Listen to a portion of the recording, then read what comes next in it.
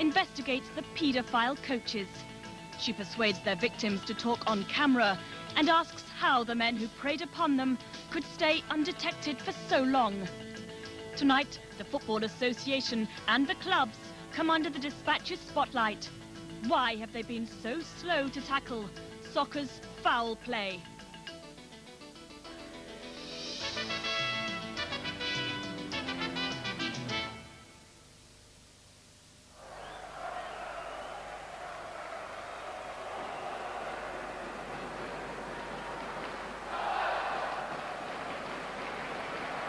Look at your opposition, right? They're knocking big long balls and they're catching us out. We've really been given a lesson in that half. You're not performing. We're a good side, let's play the ball.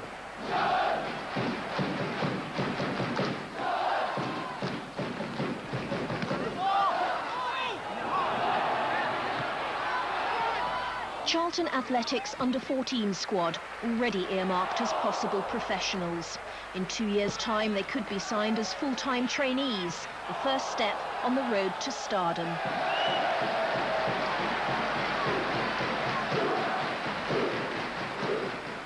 Football's my life, nothing else, just football. Hopefully get a big transfer to a Premier League club, become a full England international about 22. If I was playing for a top Premiership team and I scored, then I could just imagine the crowd going wild, just having the crowd all cheering, chanting my name. I love it so much. It'd be such a dream come true for me. Many of Charlton's first-team players have emerged through the club's own youth scheme, groomed by coaches who've encouraged them from an early age. But elsewhere in football, other coaches have abused their influence. Football was a forum for the abuse, and it was his link to put him in a position where there were lots of young people, lots of children around, in order to be able to select those people for abuse. I think he's using his power that he gets from the football clubs to get his sexual kicks from the youngsters that he's coaching. He was a grown man playing psychological games with a young lad. He made me trust him, he made me believe in him, he made me believe that the way to success was going to be close with him. But looking back, the way he did things and the things that he did were wrong. To be doing that with young kids is wrong. One of the game's most famous figures, Bill Shankly, once said, "Football is not a matter of life and death. It's much more serious than that." But can football be more serious than the risk of sexual abuse to young players? The Football Association, which regulates every aspect of the game, has never issued any guidelines to clubs to ensure children are protected. The game appears to have adopted what is, at best, a blinkered approach. The view seems to be, it just can't happen in football. Well, Dispatches has discovered otherwise. In an American prison, a highly respected British football coach is serving 4 years. Dispatches has pieced together the untold story, almost 2 decades of sexual abuse, and how senior people in football had suspicions, but never spoke out.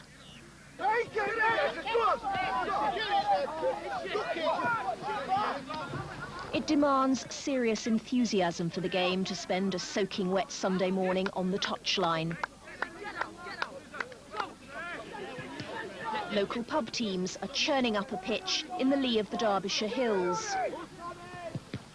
It's not what Ian Ackley had in mind as a football-mad 11-year-old. Playing out in the wrong part of the park, aren't you? I'd spend every free moment of kicking a ball around and watching football on television,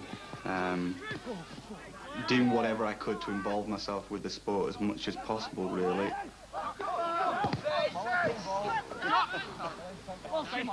People were always telling us how good he was, and he was going to be a great star in the future. A lot of it, I suppose, was parental pride, that you were expecting him to do great things. So they were delighted when they were approached by someone who said he was a coach for Manchester City Football Club. Barry Bennell was a star maker. He was a Pied Piper with youngsters. He ran youth squads for Manchester City, feeder teams for the main club. And said, look, I will find you young players. He's found England internationals Rob Jones of Liverpool, David White, Sheffield United, Andy Hinchcliffe, Everton, and teammate Wales international Gary Speed. He's the one that's able to make or break people. He's worked at Stoke City and Crewe Alexandra. I don't think he'd been happy if we didn't win something each season. To win the league was something that was regular. Ian joined a Derbyshire side which Barry Bennell ran and coached. The clear understanding was that Bennell would guide him to that coveted professional career with Manchester City. What's happening here? Is he actually presenting medals? Yeah, I think it was Player of the Year or something, and Most Improved Player. When you come across photographs of Bennell like that, I just wonder what sort of feelings it stirs up in you. Yeah, well, very mixed emotions. Very mixed emotions. I enjoyed the football, but, you know, looking back on the other things that have happened, lots of regrets. Reminds me very much of the control he had, basically, over people. And how he had very much people in his grip. He was very disciplinarian with regard to how much physical effort you put into the game and how much dedication you had towards it. And if you weren't prepared to dedicate yourself to it, then his attitude was, go and find another club to play with. He expected boys to show their dedication by spending weekends and school holidays at his home, and there were rewards. Ian was 11. It was everything that you weren't allowed to do at home. Video machines, all the videos you wanted to watch. It was takeaway meals, clothes and kit strewn everywhere. Freedom from your parents. Sat in his living room watching a video of some sort, sat on the sofa, and he he suggestively placed my hand on his crutch and then within his trousers. And I think, again, using the word hindsight a lot, but looking back in hindsight, I think that was a testing ground for him to see even what he could get away with. Very quickly, within the next visit or so, developed into oral sex. He started that by, again, it'd be sat in close proximity to him, watching a video or something, and he would almost forcibly, putting his hand on the back of my head, push my head down to his crutch to perform oral sex. And then from there, that very quickly then went into the bedroom where, for the first time, he had me sleeping in his room. And at that stage, there was nobody else besides himself and myself there. And then that developed very quickly into the full buggery and the full range of abuse. And then all types of abuse, the masturbation, the oral sex and the buggery, all continued very regularly on numerous occasions, like I've said before, and too many times to count, for 2 or 3 years at least. Ian Ackley was not alone. Dispatches has seen statements from others now in their mid-20s confirming an identical pattern of abuse when they were 11 to 14. He asked me to put my hand on him. Then he started touching me all over. My stomach, my arms, legs, my penis. Later, at his flat, there was oral sex. This happened probably 10 times, more than 10 times. I couldn't put an exact figure on it. Sometimes there was another boy in the bed with us. All I can say is that when he was turned my way, I was being abused. When he turned the other way, then I have to assume that the similar things were going on. I think for him to have the confidence to have 2 people in a room besides himself to have abused one person and then to just casually turn over in bed for me to say that I believe that person was completely safe and already fast asleep would be naive of me. As each victim approached puberty, Bennell began recruiting a younger replacement. We were sat in Barry's front room. We were sat in the settee. Barry put a video on, of a pornographic film. He pulled down my trousers and underpants and started to masturbate me. I was 11 years old. I felt frightened. If I didn't go to his house, I would suffer. I'd be substituted in the team or taken off. I wouldn't be invited on trips to Blackpool or Alton Towers. Or I wouldn't be invited to see Manchester City. The Manchester City connection began in the 70s. Bennell was never on staff, but they paid expenses for the youth teams he ran. He used their training ground at Platt Lane. City took its pick of his players. But there were problems. When Bennell took players to a holiday camp, one family complained their sons were staying late in his bedroom. It was a bit of a sort of nothing. Apparently, he'd got about 5 or 6 of the lads in his chalet, and he was playing the video football teams and talking with them and about this and that and the other, you see. This letter of complaint actually came into Manchester City, did it? Yes, at that time. But that was just because, which was a bit irresponsible. You'd have thought that it'd break the thing up and see the boys back to the chalets at a respectable time. It didn't sound any alarm bells to you about anything else? No. In one of the statements seen by dispatches, another boy describes how he was indecently assaulted by Bennell at the same holiday camp. Well, in the world of football, he was looked upon as a fellow that wasn't right. But there was no firm complaints, so football is a macho game, and suspicions were thrown at him that he might have been the other way, which is very, very rare that you ever hear of this in football. It's a macho world. But then why did football allow him to stay in that world? Well, football allowed him to stay because he produced the goods. He stayed at City for 7 years. When clubs began running their own youth squads in the mid-80s, Dario Gradi took him on at Crewe Alexandra to coach their 12 to 18-year-olds. He accepted Bennell's habit of having boys stay at his house. He was running his team when he came to us. Most of those boys were Manchester City boys. And I think most of those stayed with him at some time or another. And he carried that on when he came here. And I have to say that we've never had any reports of any problems. But the club chairman certainly had concerns. Norman Rowlinson told dispatches Bennell had a certain magnetic attraction with boys, like the Pied Piper. So he rang Manchester City. He just rang me up questioning about him. And I said, what are you trying to say?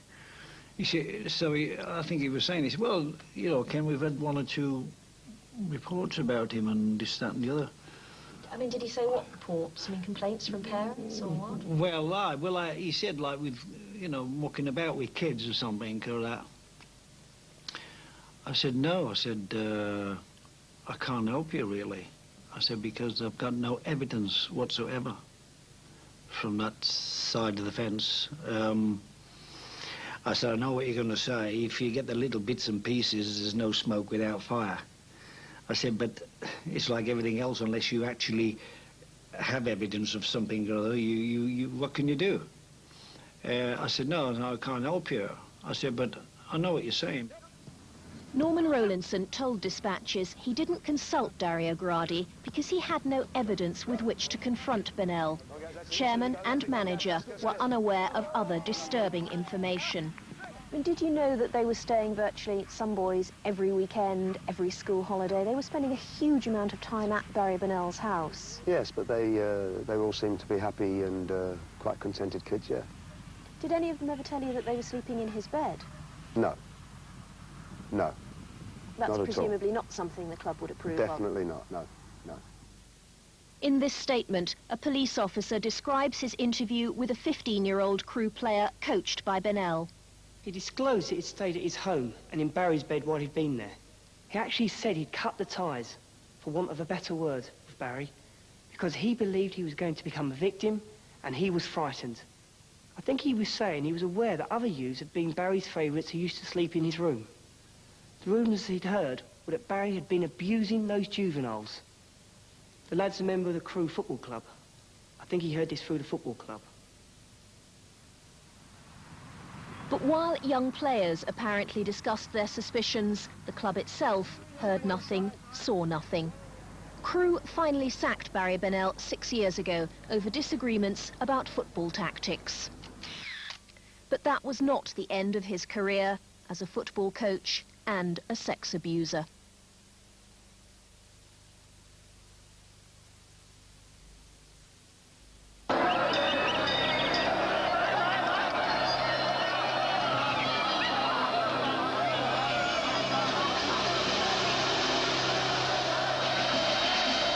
A type of beetle has evolved that, while it looks like any other beetle,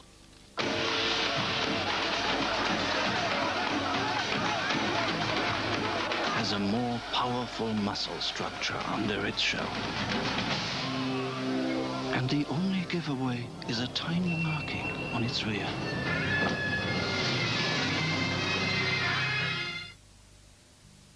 If Hovis made a new loaf that was specially baked for a thicker farmhouse crust and a delicious farmhouse flavour, what do you think they'd call it? The Hovis Farmhouse. But there's a surprise. A great new striped toothpaste from Colgate. It's new Colgate Total Fresh Stripe. It has a great minty taste and a unique antibacterial formula that keeps on helping to protect you against bad breath, plaque, tartar, cavities and gum disease long after you've finished brushing. In fact, its green and white stripes will keep on working for up to 12 hours. New Colgate Total Fresh Stripe outstrips other stripes. There's something amazing going on at Boots Opticians. A quite unbelievable half-price frame sale. A sale that all Boots brand frames want to be in. A sale so good, even designer frames want to be part of it.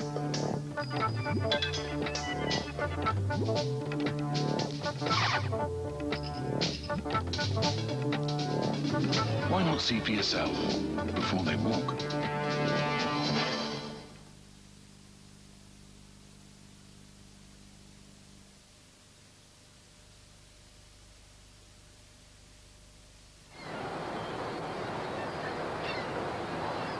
Jacksonville, Florida. In the summer of 1993, Barry Bennell brought youth teams from Staffordshire here on tour. They were sponsored by a British company which employed Bennell as a full-time coach. Stone Dominoes teams aged 11 to 15 came out for about 3 weeks at a time. The boys stayed with local families, as did their coach, Barry Bennell. One of the boys stayed with Barry in our home. Barry had our guest room, and my son has 2 beds in his room, so the boy was to stay in my son's room. I was alarmed that the other boy was not going to sleep, that Barry was insisting that he stay in his guest room and look at photos they had gotten developed for the day. It was like he was luring him to stay in there and talk to him and pass the time away. And it was a quite late hour. I can't remember exactly, but it was a late hour. So after a while, I finally just got tired and went on to bed myself. And I kept insisting that that the boy go to bed, but it never happened. The boy's statement details what did happen that night. I was alone with Barry there, and he started masturbating with himself and with me. I didn't confront him about it. I was too scared he would drop me out of the team. Brenda said to me the next morning, "How come you slept in the same room as Barry?" I just said to her, like, we was looking at some photographs and we just lied down. But Brenda Dawson was suspicious and deeply worried. Well, I called the people that I knew that had some influence in that club that Barry was representing, that when he worked for. I called the owner, or I don't know, owner or president of that club. And I told him that I had some really concerns about him, and would he please have him investigated. Did you actually tell him exactly what had happened, that the Yes, boy I had did. spent the night in the room with him? Yes, I did. In a solicitor's letter to dispatches, the company which employed Bennell as coach said they confronted him. Bennell strenuously denied any wrongdoing. Bennell was told it was inappropriate for him to share his room with anyone other than an adult and was instructed accordingly. We were unaware of Bennell's true character and of suspicions carried by others who had worked with him in the past. The next year, Stone Dominoes returned to Florida. They booked into a hotel because Brenda Dawson wouldn't let Bennell stay at her home with any players. He did share a room with the same boy, and the abuse escalated. In the hotel in Jacksonville, he slept on the floor. He had an arm around me, like facing each other. And he turned me over and pulled my pants down and put his penis in my backside. And it hurt me like, and I was trying to move. And I was trying to turn around, but he just, like, kissed me. It happened two or three times. But for the first time in at least 16 years, one of Bennell's victims spoke out. Bennell was arrested. He was held in Jacksonville's prison. The boy, who was 13, told Florida police he'd come forward because he was terrified of catching AIDS from Bennell. My experience with this type of individual is that this activity is going to emerge in his middle to late adolescent part of life, and it doesn't stop. This behavior tends to be very compulsive. Their grooming techniques become very sophisticated and detailed. And because of their compulsive behavior, they tend to surround themselves with as many of these kids that they're interested in as they can. It's almost an insatiable appetite. And that's certainly what I believe is the case with Barry Bennell. So you believe that he was abusing right the way through? Absolutely. Absolutely. Florida police could only charge Bennell with offences which happened there. He admitted buggery and indecent assault against the boy. He's serving 4 years. What happens after that worries the American authorities. I wrote to the FIFA organization telling them of the charges and what he was convicted of, and that obviously this had involved a child who he had been coaching. And with his involvement in coaching, I thought it was important that they know that. One day, Barry Bennell maybe did get back to Britain. That would be important. I have not gotten any response from them. What do you think of that? I hope, ideally, that they did receive the letter and just felt like it was not necessary to contact me, but that they are taking steps to try to prevent this in the future. But I don't know if they are taking any steps because they've not told me. The clubs where Bennell worked were astonished at his arrest. They'd only seen Bennell, the coach, the star maker. What do they call them? Pedophiles, is it? Well, I've never come across it, you see, in sport, because he's a sportsman, and it's a masculine thing, so it never enters your head anyway. Bearing in mind that there is testimony of him abusing before he was here, he's pleaded guilty to abusing after he was here. Do you believe it was possible he was abusing boys while he was here at Crewe? I think it's, of course I think it's possible, but I don't think at the time we had any cause for any concern. Did you know that 4 other people would have gone to America to give evidence that he'd abused them, and that abuse had happened in the years that he was associated with Manchester City? You do surprise me.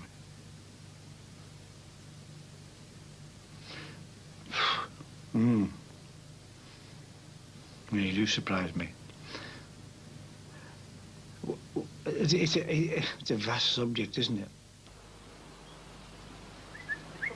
Ian Ackley and others came forward after Bennell's arrest and made statements to British police. Bennell may face charges here when he's deported from America. The family can't understand why clubs kept quiet about their doubts, allowing Bennell to move from job to job. I think it's appalling. I think the first thing they should have done, never mind whatever Bennell thought of it or how he affected it, their consideration should be the kids. I mean, the football clubs seem to use kids as just another asset. The kids come along and there's perhaps 50 or 60 a year, and perhaps one every 2 or 3 years is the one that they want. The Football Association, I think, has a responsibility as an organisation to ensure that people that are associated with them are of a reputable nature and that their characters are seen to be good. And people it employs, either in an official paid or unofficial, unpaid capacity, should be vetted. But Dispatches has discovered the Football Association does nothing of the sort. Like millions of children, the Ipswich Saracens play football just for fun. One of the fathers now coaches them. Good one. First one to put it in the right corner. What happened 2 years ago to former team members is a world away from the high-powered professional game, but the same story of football blind to the possibility of sexual abuse. It's the easiest way to get to young boys and to gain their trust, and it's not normal to go into a football team and have somebody abuse you. Keith Katley advertised locally for young players to start a team. Months later, an 11-year-old broke down in tears to his father. To protect children's identities, the parents are anonymous. He shoved his hands down my son's trousers and started playing with them. Katley lay on top of my son, sort of simulating sex. And I remember my son saying, you know, why is he doing this? He just couldn't understand why somebody was doing that to him. Katley's now serving 5 years in prison. Parents were horrified to discover he was already a convicted sex offender. 4 years earlier in Southend-on-Sea in Essex, Katley had pleaded guilty to indecently assaulting boys in the football team he'd set up there. We found adverts in the post office windows in the areas we live, and my son had been going on about joining a football team, so I phoned up Keith Katley's phone number. And what was your impression of him when you met him? He was fine, sort of friendly, sort of guy, official. We had all the FA football forms for us to sign to join, and for subs and things like that, paying out money. So, but yeah, he came across okay. He was also very generous. Parents didn't realise that until their children gave statements to the police. My son and Keith used to go down the arcades to play in, like, the machines. Keith used to give him, like, £10 to £15 a time to do what boys want to do and play all the machines for as long as they want to. I was 9 when I first started going to Keith Katley's house. He just called me onto the bed, took my trousers off, my jumper and pants. He played with my willy, put his fingers around it and wiggled it. After he finished, he gave me some money and took me down the arcades. The boys were aged 9 to 13. Katley also asked them home to help him make sporting trophies. Again, he gave them money. I thought it was good for him. I thought he liked it as well, but after a couple of times, as I say, he said he didn't want to do it anymore. And he started to cry. On about 3 separate occasions, Keith tried to touch me. He put his hand down my trousers and inside my pants. I didn't go to trophy making after that, and I only played for the club for about 3 weeks after. The boy finally told someone. Keith Katley admitted 4 charges of indecent assault and was sentenced to 18 months. After he came out of prison, he moved to Ipswich, changed his name and persuaded local parents to help him once again register a club with the FA. If I didn't sign and he didn't have a secretary, then he couldn't run the team and the boys wouldn't be able to play. Wendy, this is the Suffolk County FA affiliation form. I just wonder how kind of adequate a form you think that is. I don't think it's very adequate at all, to be honest. Not at all. What's on that form in terms of actually who's involved in the club? I mean, how much detail are they asking for on there? Just the secretary. They don't want to know anything else. Just for the money and the football. In fact, the local football association want 3 names, but only of club officials. They don't even have to be the people actually coaching young players. No checks will be made on necessarily on the background unless we were particularly suspicious that there was a problem.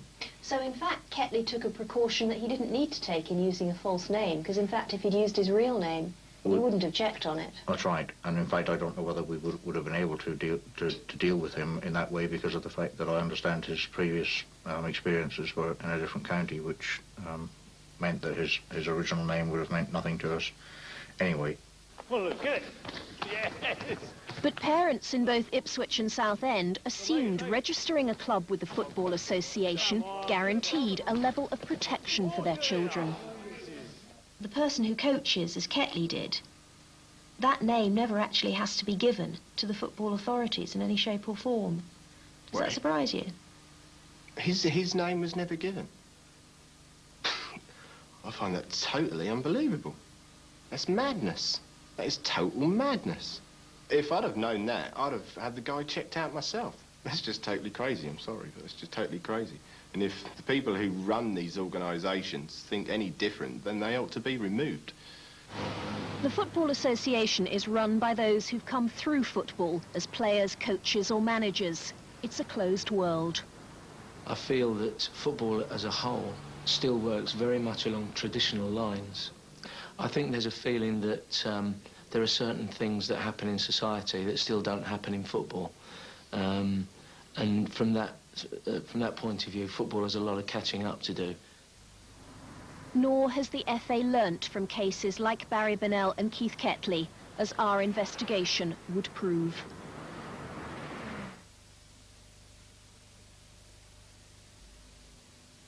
A lack of confidence can come from a phobia, being frightened, snakes or spiders, and a fear of small spaces. But that's one phobia we can help you with. New Citroen Saxo is available with power steering, specially engineered to give maximum power at the slowest speed.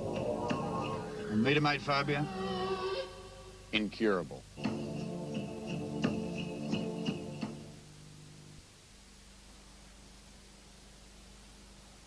For car glass, automatically think Autoglass.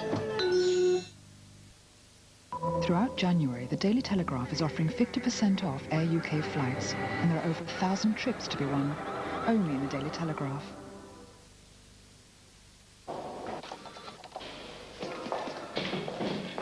No arguments, Bill.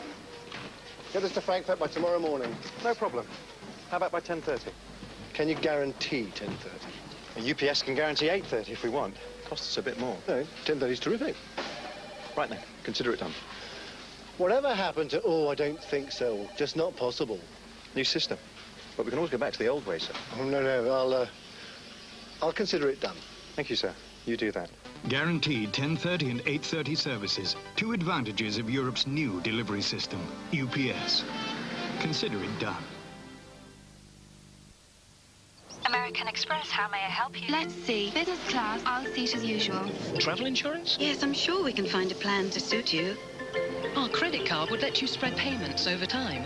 Right now, you have enough points for a flight to Paris. Have enough points for a dinner for 2 in Europe. We made an arrangement just for our customers. I was just calling to check everything turned out all right. Glad we could help. Maybe it's time you let American Express help you do more.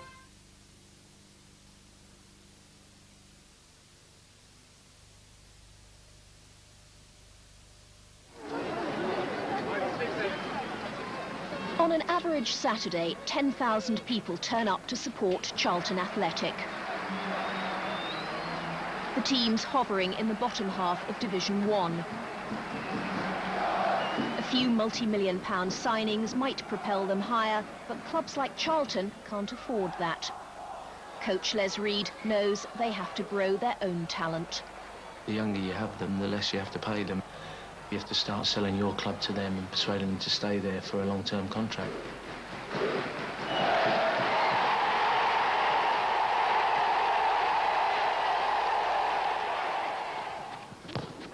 Most major clubs run schools of excellence, selecting talented youngsters from 8 upwards. The best sign schoolboy forms at 14, tying them to the club, and become full-time trainees at 16. Naturally, parents worry. Are their sons good enough? Do they give up school? But never could they be sexually abused. It's not the first thing that comes to mind when you think of football. It's a rather sort of unpalatable subject matter. No, it has never entered my head that maybe one of the coaches would make advances to any of the young lads. I've certainly had no questions or thoughts coming from my sons that are involved here. So the bottom line is that I guess I have to assume that Charlton are doing their homework, and that's it as I see it, really. I'm going to start off with a ball each, boys. Charlton may be the only league club that is doing its homework, as befits a place where most of the part-time coaches are teachers, used to the responsibilities of working with children. You've got everyone a ball, you haven't hung about, you haven't had to do thousands of stretchers. One of the things that surprises me about football is that here you have young children involved with adults in what is potentially a very dangerous situation. And it seems obvious to me that therefore you ought to have guidelines so that not only are the children protected, but so are the staff. So, we have what I've called a duty of care. We recognise He's introducing a code of conduct for all staff. My daughter goes to a tennis club every Friday night for tennis lessons. She's 9 years of age. But I've made my business to know who the coach is, what her qualifications are, what her background is, and so on. Most parents don't always do that. They bring their kids, they think they're handing them over to someone who's responsible and is going to look after them. And we have a responsibility, a duty of care, to make sure we do. The guidelines include always work in pairs, don't offer to drive children on your own, and don't put yourself in any questionable situation. All right. Sure. Don't look so worried. Those simple safeguards would have protected players elsewhere from sexual abuse. There are different degrees of sexual abuse. Barry Bennell inflicted the most severe form. His victims were repeatedly buggered over 2 to 3 years. But sexual abuse also includes indecent assault, and that's what happened to players at another major league club. Legally, the offence may be less serious, but the effect on the victims is nonetheless devastating. And from here to the change room today. Dean Radford is now in his mid-20s and playing for a semi-professional team in Bristol. As a teenager, his ambitions were quite simple. My game was to captain England, play football, earn money and be famous. He was a first-team player with Southampton, having trained from the age of 13 with their youth squad. Among his teenage teammates, one Alan Shearer. They told me that Southampton was the best route to fame and fortune. You know, the bigger clubs were too big. They would just buy someone later on. Southampton would look after me, groom me, and bring me through. And who told you all of that? Bob Higgins. Bob Higgins was Southampton's youth development officer, the man who'd decide whether Dean would later be offered the all-important traineeship. Bob Higgins coached at Southampton, then Peterborough United. He can make you one of the greatest footballers on the planet. Like England players Matthew Le Tissier of Southampton and Chelsea's Dennis Wise, Rod Wallace of Leeds, and football's most expensive asset, Alan Shearer. Bob Higgins was a brilliant coach, you know, fantastic coach. Today, he runs a private soccer academy. I would have done anything for Bob Higgins. And now I feel sad about it because I think a little bit of me feels a bit sorry for him. But there's a lot of anger involved, you know. I'm not doing this interview to get at him, but what he did was wrong. Was it abuse? Yeah, I think it was. Yeah, Was it sexual abuse? in my case, yeah. What he did, there's no explanation for. Players regularly stayed at his home. Some prefer to remain anonymous, embarrassed at what happened and worried about the effect on their sporting careers. All have been enormously reluctant to speak. I just basically walked into the front room and this other lad was sort of led on the settee with Bob, you know, just like a father and son kind of thing, you know, which I thought, you know, I was a bit curious and didn't really know what was going on. When you say they were on the settee together, in what way? Led out full stretch, basically cuddling, you know. He'd ask you to come over and lay on top of him, or lay next to him. And he'd drape his arm over you, undo like your buttons on your shirt, put his hand down your top. Hand down your shirt? Yeah, and just like rub your chest or whatever. Many players felt awkward. One boy tried to avoid further contact by going to bed. He'd just come in and he just was in, he was standing over my bed and I just sort of was half asleep and just looked round and he was standing there. Standing there clothed? No, he didn't have any clothes on, no. When Bob Higgins drove players to and from matches, they experienced more curious behaviour. If he was in the front, sometimes he'd get you to lay across him while he was driving. When you say lay across him, what do you mean? Like with your head in his lap. Having the hands pulled across and touching his leg and touching his stomach and things like that. You know, it was almost he didn't feel comfortable unless he had somebody touching him. He insisted on doing most physiotherapy himself, highly unusual for a coach. So were some treatments he introduced, which others in football consider unnecessary. We would have soap water massages where we would basically lay down fully naked, just on the floor, basically, in the changing rooms, in the shower room. And soapy water would be sort of poured over your body naked, and he would massage all over your body. He liked to touch young lads at that age group. He was just in a position where he had a lot of young lads around him, and by having a soap water massage, you know, he's probably in his element, basically. Most of the time, if you was lying next to him, you could actually feel like he had a hard-on at the time.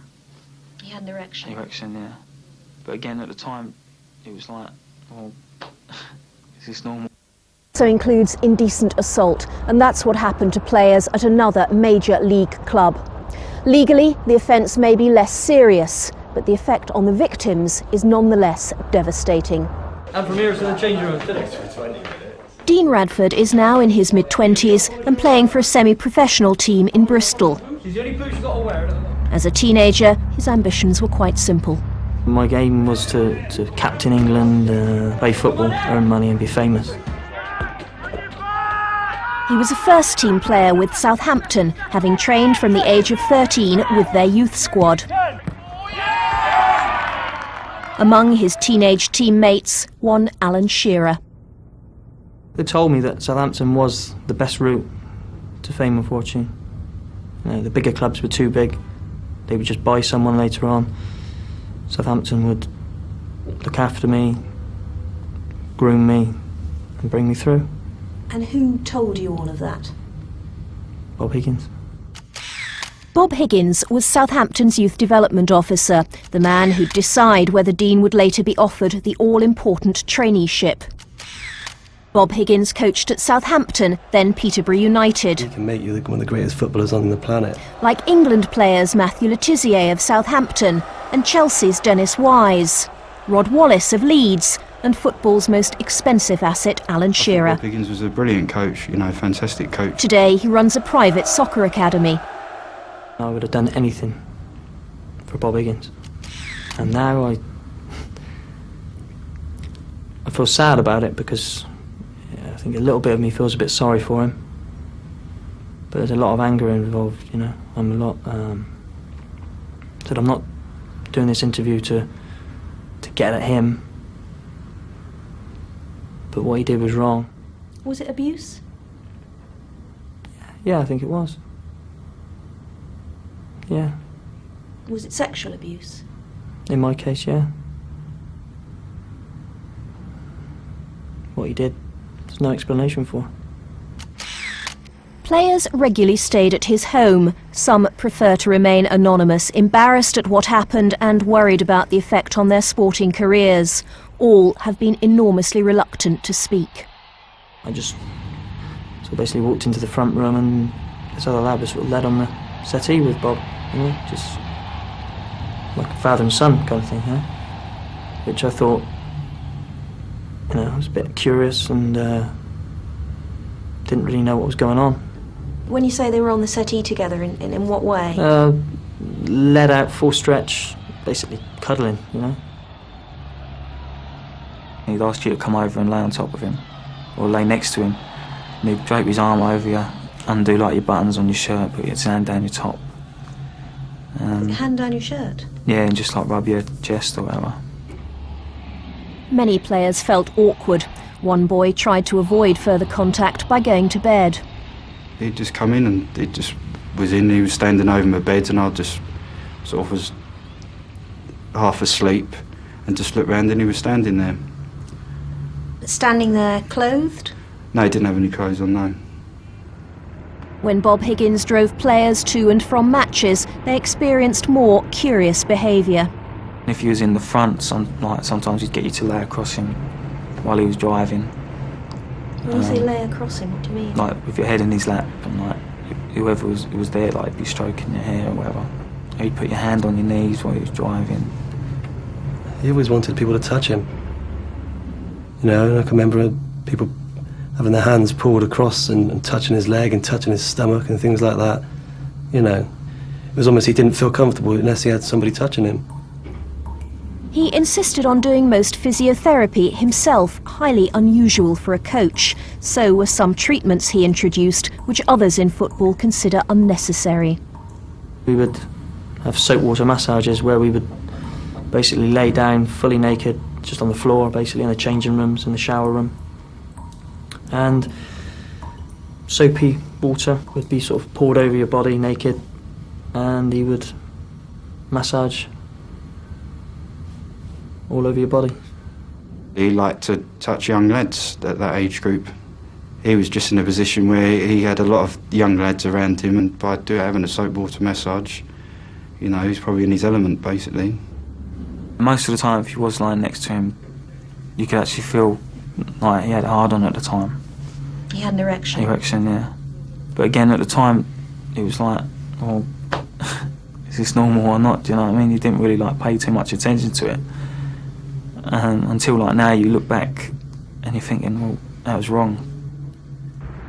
Still, no one complained. At 14 and 15, they needed his approval to be signed as Southampton trainees. It took a more serious and more obviously sexual incident before Bob Higgins' behaviour was questioned. I had a problem with my spine, so he said, well, come to the first aid room and I'll have a look at it for you. I then went into the room, shut the door, told me to lay on my belly, pull my shorts down, which I did. He then didn't say a word. He basically inserted his finger or fingers, I wasn't quite sure, up my backside. And how long did that last for?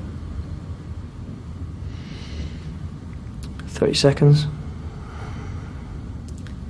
Did he say why he was doing this? He said he was massaging the bruising out of my spine. And did you accept that explanation at the time? At the time, yeah. But the club found out and called in the police. Bob Higgins was eventually charged with indecently assaulting 7 Southampton footballers. His trial here at Southampton Crown Court was split into 2 against the wishes of the police. The first jury only heard allegations that he indecently assaulted 1 victim, Dean Radford. There was no mention of the other 6. That jury found Bob Higgins not guilty. The prosecution then dropped the other charges. The second trial was cancelled. Dispatches has spoken to a great many Southampton footballers and uncovered evidence which was never heard in court. And he looked at me and he said, like, touch me. And I'm like, well, I'm already touching you. He was going, no, touch me. Like, and he looked towards his, like, penis, as if to say, like, touch him there. So, and I was like, no, I already am. Could you have misunderstood in any way? No, I thought to myself, while it was happening, I thought, well, maybe I'm misunderstanding. What is he, you know what I mean, what does he mean by that? And that's what made me say, I'm already touching you, because I was, 100% sure I was already touching him, so what more could he want me to do? And he looked down and, like, towards his penis, and that's when I thought, nah, he obviously wants me to touch that. And that was my line he'd gone past. We used to be lying so close together, I could feel when he had a hard-on. Felt terrible lying next to a bloke with a hard-on. 3 or 4 times, Bob got hold of my hand and guided it over his flies. Tried to make me undo his flies and touch him. I just used to pray for something to happen, like for the phone to ring, and Bob would sit up and make everything seem normal. I was in the lounge with all the other lads on the settee, and he slipped his foot down my trousers. And for a 14-year-old lad, you really don't quite know what to do there. I just sort of froze to the chair. And he didn't remove his foot. He just stayed there for a while, and he started moving it around. And this carried on for about a minute or so. So he was actually massaging you with his foot? foot? Yeah. I was just didn't know what to do, and you don't know how to react to that. Probably the worst experience of my life, really was. I used to hate being in the car with him. He'd get me to lie down with my head resting in his lap for the journey. One time he tried to go too far.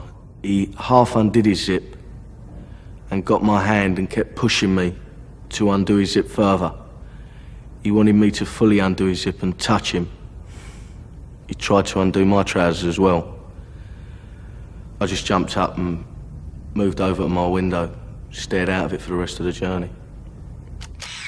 In a statement to dispatches, Bob Higgins denied everything. I have never requested any player to masturbate me. I have never touched the genital area of any players and attempted to masturbate them. I have never walked naked anywhere in my home. Soap water massages were done for the following reasons. Their muscles were aching, and a psychological aid for players to feel refreshed. In a Crown Court of Law, I was found totally innocent and acquitted of all charges.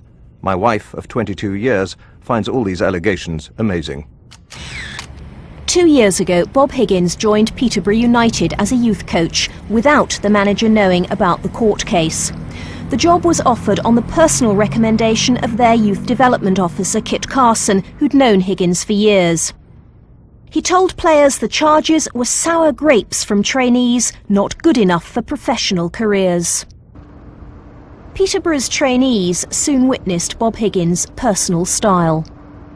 We used to just dress down to our shorts, go into the shower area, lay on the bed, and he used to put his hands in the hot water, which was mixed in with soap, and he used to massage our calves, and that's as far as I think he might have probably done the backs and chest probably as well. He used to cuddle the players. There was a lot of touching on the knee. And during away games, he used to play love songs in the car while you were travelling with him, or he would touch your knee. After the court case, Bob Higgins became a born-again Christian. His faith now found a way into his football. He said by laying his hands on players he could cure their injuries, and several players were baptised. I can remember one of my teammates telling me what it was. He would put you in a bath.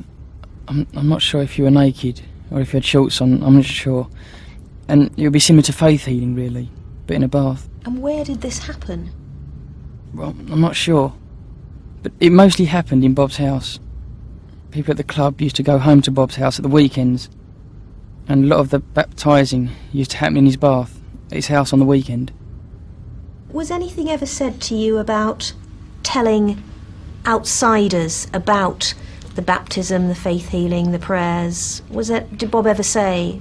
Just basically, it was kept private. It was kept within the squad, and in his eyes, it was kept within the family. That's what he liked to see it was. Bob Higgins left the club last year. The 4 footballers who stayed most often at his house and were baptised are still at Peterborough. The club stopped them speaking to dispatches and issued a statement. Bob Higgins left by mutual consent.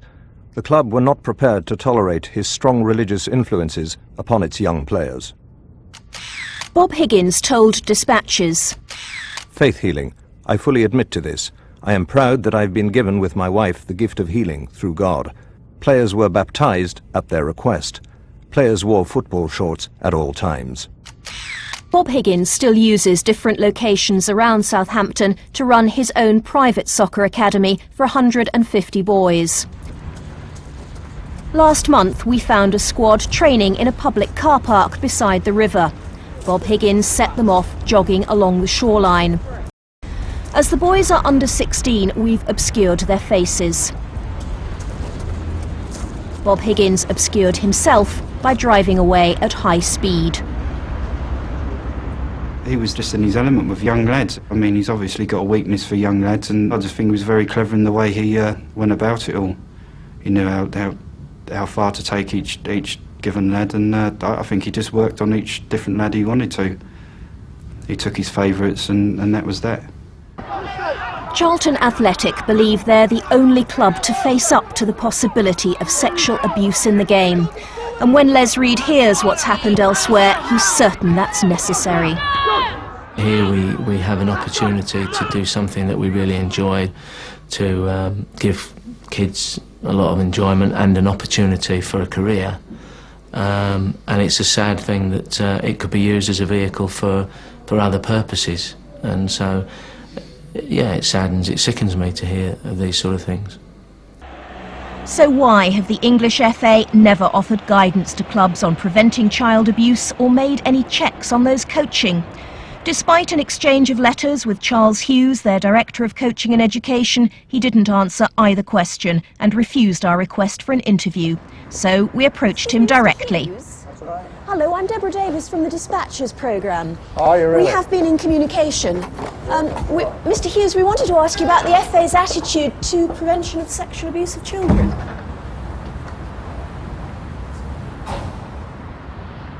The FA need to come out of the towers at Lancaster Gate and really investigate what's going on.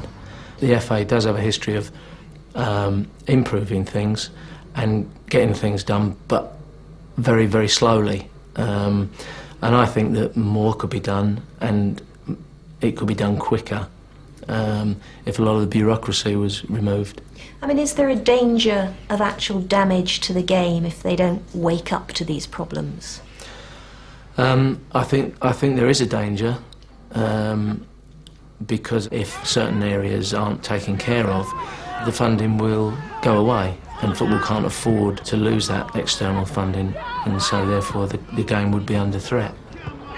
There's legislation going through Parliament to allow organisations to screen anyone working with children. This week, the FA announced if those plans become law, they'll organise and pay for clubs to check out coaches. But such checks would do nothing to stop those who abuse for years without ever being caught and convicted. Unless the FA take more far-reaching measures, young footballers remain at risk.